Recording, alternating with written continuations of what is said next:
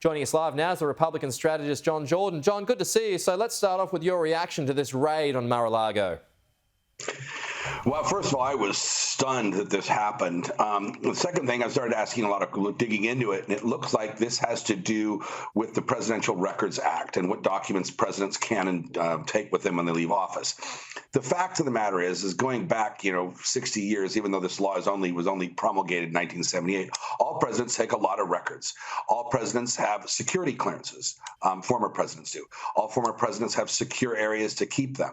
And oftentimes there's a dispute between the National Archives and a former president about which documents belong in Washington, which can stay with the president. And those have always been resolved amicably or administratively. I mean, even Obama's had this, President Clinton's had it, Bush president has had it. This is normal. But to see it turn into a federal raid and a search warrant in the middle of the night is rather stunning. Politically, this plays out is if it turns out there's a lot more here, and it's very serious accusations against President Trump with evidentiary basis to support it. This would obviously could be fatal, if not very serious, for President Trump, put him in legal jeopardy.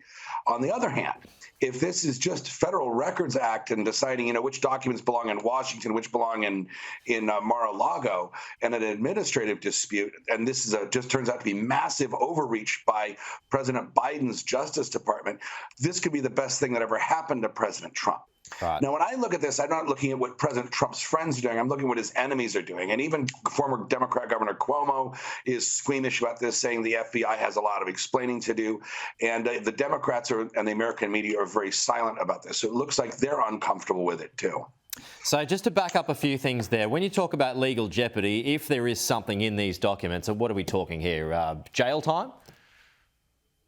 Well, potentially. I mean, you'd have to see that there's documents that were, that the law was broken. There's a lot of laws on this, but it doesn't look, based on what we're seeing so far, even coming out of Democrat media sources, that there's anything unusual here that hasn't happened with other presidents in the past.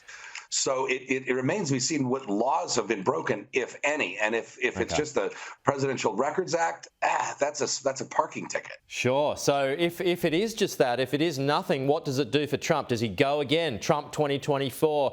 Does it embolden him and his base?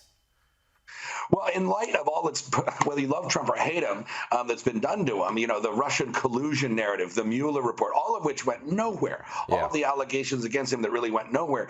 If, in fact, the FBI raided his private home in the middle of the night over something like this will cause a lot of Republicans and independents, I think, who maybe didn't like Trump personally, but he'll be a martyr now.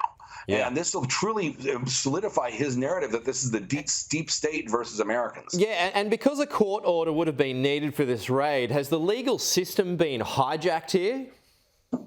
That's a great question. Now, there's breaking news coming out in the last hour and a half over this, is that the federal magistrate, who's like a lowest level type of judge, they can't hear cases, but they can sign off on warrants. So they didn't even get a judge to sign off on this. That was required confirmation by the Senate, which is proper. But it turns out this particular federal magistrate who authorized this warrant was in private practice, was a lawyer for a lot of Epstein's people and Epstein's employees, of all things. So this person already has some taint on them already, since that their prior legal work. You'd think that the FBI would have thought about the optics of this a little bit and gone to a different magistrate.